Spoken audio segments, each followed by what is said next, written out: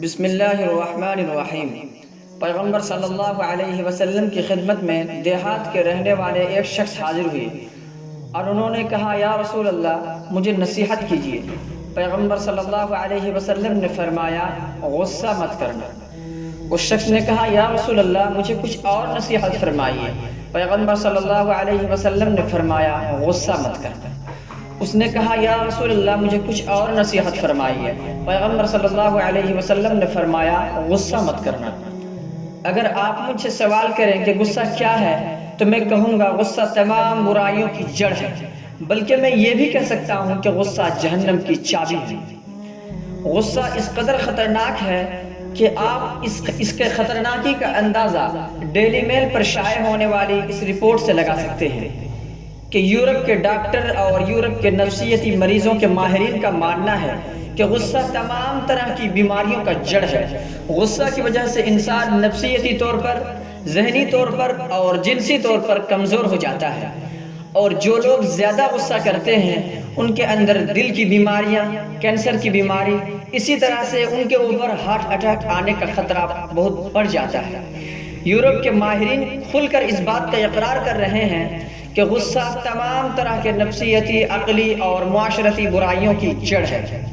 ان کا ماننا ہے کہ غصہ انسان کے زندگی کو برباد کر دینے والی چیز ہے، جبکہ دنیا کی صورتحال یہ ہے کہ پوری دنیا کی تمام لوگوں میں سے 1/4 لوگ غصے کی وجہ سے طرح طرح کے مشکلات، مصائب کا، پریشانیوں کا سامنا کر رہے ہیں۔ امریکی سائنسدان کا کہنا ہے کہ جو لوگ غصہ زیادہ کرتے ہیں وہ بہت کم عمری میں ہی ہارٹ اٹیک کے شکار ہو جاتے ہیں۔ ان کے اوپر ہارٹ اٹیک کا خطرہ بہت بڑھ جاتا ہے۔ یورپ کے ریسرچ کرنے والے ماہرین نے یہ تمام چیزیں بیان کرنے کے بعد آخر میں غصہ کو کم کرنے کا طریقہ بھی لکھا ہے۔ انہوں نے لکھا کہ اگر آپ اپنے غصے پر قابو پانا چاہتے ہیں تو جب کبھی آپ کو غصہ آئے، آپ کو جس شخص پر غصہ آئے اسے آپ معاف کر دیجیے۔ یعنی غصے کے وقت معاف کرنے سے غصے کی عادت ہلکی ہونے لگتی ہے اور آدمی اپنے غصے پر قابو پانا سیکھ لیتا ہے۔ اگر غور کیا جائے تو 14 صدی پہلے ہی ہمیں یہ نسخہ دے دیا گیا تھا۔ قرآن پاک نے ہمیں کہا تھا، وَإِذَا مَا غَضِبُوا هُمْ يَغْفِرُونَ۔ جب اللہ کے نیک بندے غصے کرتے ہیں تو یہ غصے کے وقت لوگوں کو معاف کر دیا کرتے ہیں۔ آپ ذرا قرآن پاک پڑھیے تو صحیح، آپ کو ملے گا کہ اللہ رب العزت نے نیک بندوں کی صفت بیان کی ہے، وَالْكَاظِمِينَ الْغَيْظَ وَالْعَافِينَ عَنِ النَّاسِ، کہ اللہ کے نیک بندے وہ ہیں جو غصے کو پی لیتے ہیں، اور صرف اتنا ہی نہیں بلکہ وہ معاف بھی کر دیتے ہیں۔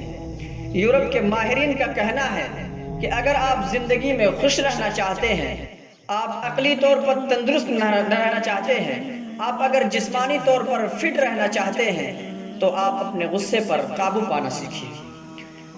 اگر غور کیا جائے تو ہمارے پیغمبر صلی اللہ علیہ وسلم نے یہ نسخہ تو ہمیں تبھی دے دیا تھا جب اس دیہات سے آنے والے شخص نے 3 مرتبہ کہا، یا رسول اللہ مجھے نصیحت کیجیے، اور پیغمبر صلی اللہ علیہ وسلم نے 3 مرتبہ ان سے کہا، لا تغضب، غصہ مت کرنا۔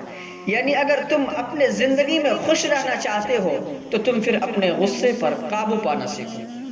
اگر ہم یہ سمجھتے ہیں کہ غصہ کر کے ہم طاقتور بن رہے ہیں تو ہم غلط فہمی میں ہیں۔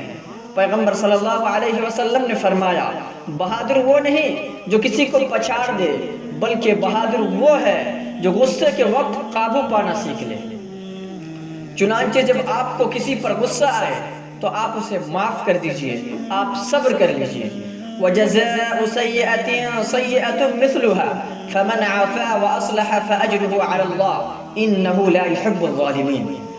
برائی کا بدلہ ویسے ہی برائی ہے، لیکن جو معاف کر دے اور صلح کر لے تو اس کا ثواب اللہ کے ذمے ہے۔ یقیناً اللہ تعالیٰ ظلم کرنے والے کو پسند نہیں فرماتے۔ یعنی جب اسے معاف کر دیں گے اور صبر کر لیں گے تو پھر آپ کو پتہ ہے کہ صبر کا بدلہ کیا ہے؟ اللہ رب العزت نے کہا، صبر کا بدلہ تو جنت ہے۔ یعنی جب آپ اپنے غصے کو پی لیں گے، آپ صبر کر لیں گے، آپ معاف کر دیں گے تو بدلے میں آپ کو فردوس میں اعلیٰ مقام ملے گا۔ اب سوال یہ ہے کہ اپنے غصے پر قابو کیسے پائیں؟ ہم اپنے غصے پر کنٹرول کس طرح کریں؟ تو اس کا جواب یہ ہے کہ جب کبھی آپ کو کسی شخص پر غصہ آئے تو آپ اس شخص کے پاس سے ہٹ جائیں۔ آپ اپنے مجلس کو بدل لیجئے، کوشش کیجئے کہ آپ کو جس پر غصہ آ رہا ہے اس سے آپ دور چلے جائیں۔ جب آپ اس شخص سے دور چلے جائیں گے تو آپ کا غصہ کم ہو جائے گا۔ اسی طرح جب آپ کو غصہ آئے تو غصہ شیطان کی طرف سے ہے، اور شیطان کو اعوذ باللہ من الشیطان الرجیم پڑھ کر بھگایا جاتا ہے۔ اسی طرح جب آپ کو غصہ آئے تو اگر آپ کھڑے ہوں تو بیٹھ جائیں، اگر آپ بیٹھے ہوں تو لیٹ جائیں، اور پھر بھی اگر آپ کا غصہ ٹھنڈا نہ ہو تو آپ اپنے غصے کو پانی سے ٹھنڈا کر لیجئے۔ میں یہ نہیں کہتا کہ آپ نہا لیجئے، بلکہ آپ پانی پی لیجئے۔ پھر بھی اگر آپ کا غصہ کم نہ ہو تو آپ وضو کر لیجئے۔ اور اسی طرح ان کاموں کو کرنے سے، یعنی اس جگہ سے ہٹ کر، اس آدمی سے دور ہو کر، اگر آپ کھڑے ہوں تو بیٹھ کر، اور بیٹھے ہوں تو لیٹ کر، پانی پی کر، وضو کر کے، اعوذ باللہ من الشیطان الرجیم پڑھ کر آپ اپنے غصے کو ہٹا سکتے ہیں، کم کر سکتے ہیں۔